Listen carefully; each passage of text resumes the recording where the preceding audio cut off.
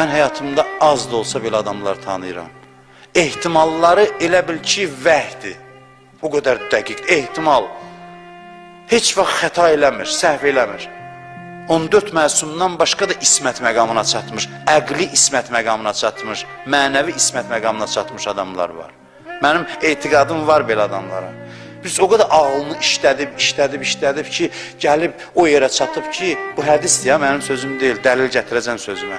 Hədis bu da əleyhissalamdan buyurur ki, İttəqu zununəl müminin, möminlərin zənnindən, gümanından ehtiyatlı olun. Və innəllâhe subhanahu və teala əcrəl haqq alə əlsinətihim. Allah deyir, haqqı onların dili ilə ifadə edir. Zənnindən, yəni bəzi adam var mömin dediyim, məncə, düşünürəm, ehtimal verirəm belədir, deyir ehtiyatlı ol, bu ehtimal verdisi olacaq. O qədər ağıllıdır ki, bunun ehtimallarına etimad elə. Bu məncə deyir, tərəddüdlə. Desə ki, yəqin bilirəm, o heç, o dəqiq. Bəzən deyikiz, məncə, elə bilirəm ki, belədir, deyir ehtiyatlı olun. Əgər ağıllı adamdırsa, arif adamdırsa, onun zənni gümanı Allahın həqiqətidir, dilinə cari olub. Allah həqiqəti onun dili ilə ifadə edir. Ağılını işləyən adamlara Allah ilham eləyir.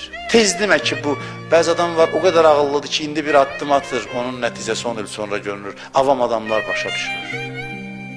Ona görə böyükləri, məsumları tənqid ediblər ki, sən bunu nə üçün elədin?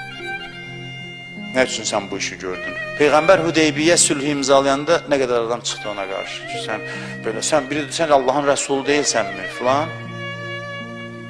Bir il keçdi, nəticəsini göstərdi, bir il.